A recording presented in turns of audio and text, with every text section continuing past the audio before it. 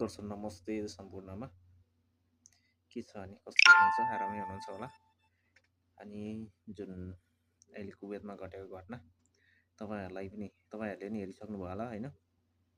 र तपाईहरु पनि आफू सचेत रहनु होला आफ्नो फ्यामिली सम्झिनु होला आफूले कमाएको धन सम्पत्ति आफूले सुरक्षा साथ राख्नु होला कसैलाई विश्वास गरेर झट्टै नलगाइदिनु होला हैन किनभने पछिका दिन कसैले देखेको हुँदैन र कस्तो मान्छे कस्तो हुन्छ भन्ने कुरा थाहा हुँदैन हुन त माया प्रेम भनेको देखेर यो गर्छु भनेर हुँदैन तर कतिपयले चाहिँ फसाउनको लागि धन सम्पत्तिको लोभ लालचीमा चाहिँ फसाउन सक्ने सम्भावना हुन्छ धेरै अहिले पनि त्यही भएको छ आफ्नो छोराछोरी आफ्नो श्रीमानलाई चाहिँ छोडेर परक पुरुषसँग लाग्दाखेरि कस्तो हालत भयो आफ्नो ज्यानै सक्नुपर्ने अवस्था भएको छ उहाँ दिदीको हैन त्यसकारणले तपाईहरु पनि यदि परपुरुषसँग कुरा गर्नुहुन्छ बोल्नुहुन्छ भने आजदेखि छोड्दिनु होला आफ्नो फ्यामिलीलाई टाइम दिनु होला फ्यामिली म यति मरिहाले भने मेरो लासको जिम्मा उही हुनुपर्छ म यति भन्न चाहन्छु हजुर म त्यही भन्न चाहन्छु उलाई अरूको जिन्दगीमा कहिले पनि खुल्नु हुँदैन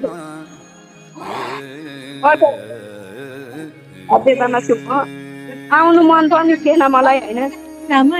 यति धेरै माया गरेको मान्छे हो मैले पनि हैन आफ्नो श्रीमान भन्दा धेरै माया गरियो छोरा नगर्नु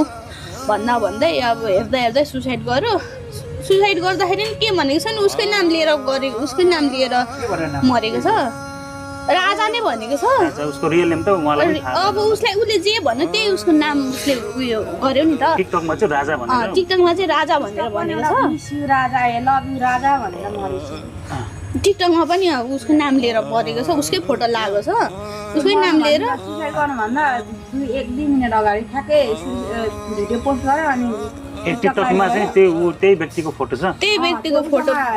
नाम पनि छ फोटो पनि छ दिदीसँग भिडियो कलमा बोल्दै नाचेको छ त्यो केटा हो त्यो भिडियो लभ यु राजा लेखेर ठ्याक्कै